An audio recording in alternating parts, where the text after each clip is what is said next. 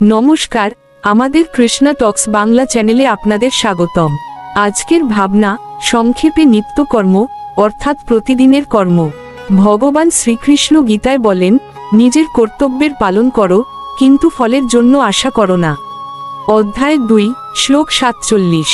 নিত্যকর্ম মানে প্রতিদিনের সাধারণ কাজ, খাওয়া, পড়াশোনা, কাজকর্ম, কিন্তু ভগবান শ্রীকৃষ্ণের স্মরণ করে করা।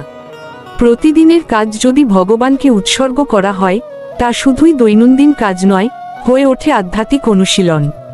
যখন আমরা প্রতিটি কাজ ভগবান শ্রীকৃষ্ণের উদ্দেশ্যে করি, তখন মন শান্ত থাকে, অহংকার দূর হয় এবং জীবন সহজ ও সুন্দর হয়। তাই নিত্যকর্মকে কখনো সাধারণ কাজ ভাবো না, এটি হতে পারে তোমার আধ্যাত্মিক উন্নতির পথ।